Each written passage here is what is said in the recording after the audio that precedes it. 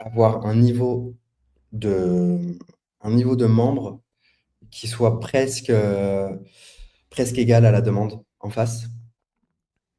Pas plus, parce que sinon on inverse le mécanisme et du coup ça perd de la valeur.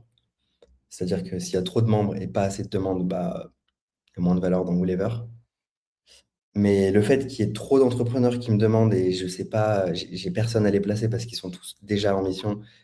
En fait, les A-players, ils sont pris.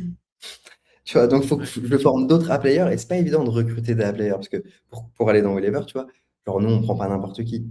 Hmm. Il y a une sélection parce que derrière, on va les placer, on veut un certain niveau et tout.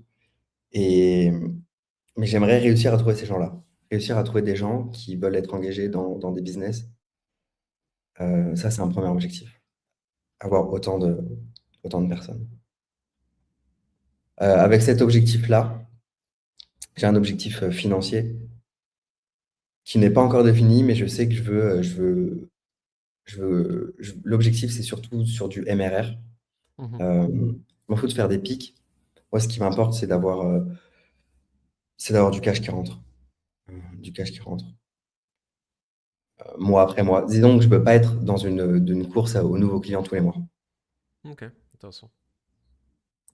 Donc, c'est-à-dire que bah, il y a des modèles qui te permettent d'avoir du MRR où on peut avoir des affiliés Wheelever qui, sous forme de licence, continuent à rester dans Wheelever, sont formés et en échange d'un pourcentage qu'on pourrait prendre par exemple.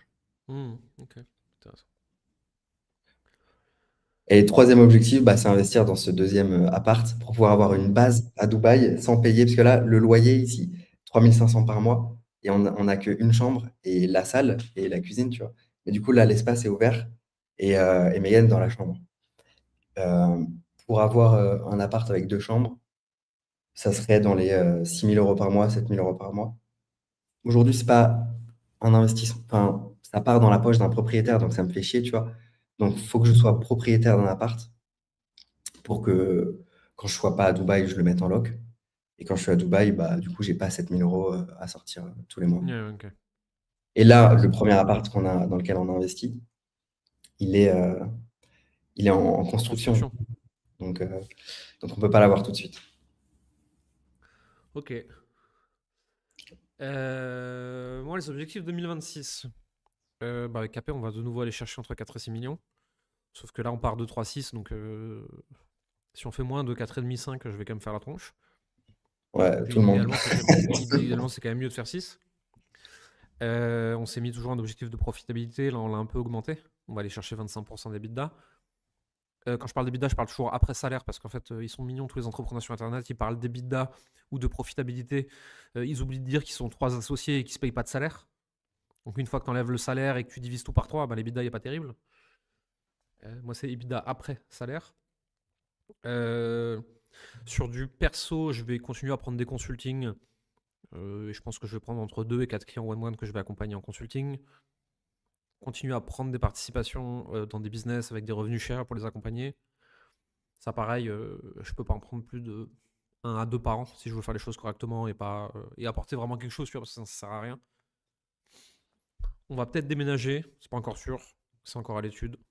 On regarde différents endroits, on se pose la question. IMO, moi j'ai pas prévu parce que ça me casse beaucoup trop les noisettes. Il y a tout le monde qui me harcèle parce qu'avec le niveau de revenus perso et de la boîte, en fait, on pourrait faire des leviers de ouf en IMO. Ouais, mais je déteste ça en fait. Mm. Je déteste ça. Je préfère foutre l'argent en bourse, le mettre sur des comptes titres, sur des machins. Ça me gonfle de faire de l'IMO, j'ai pas envie.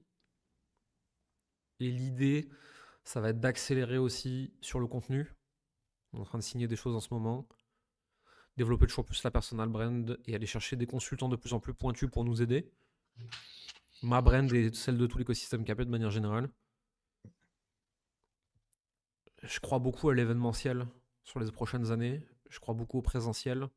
Je crois beaucoup au contenu.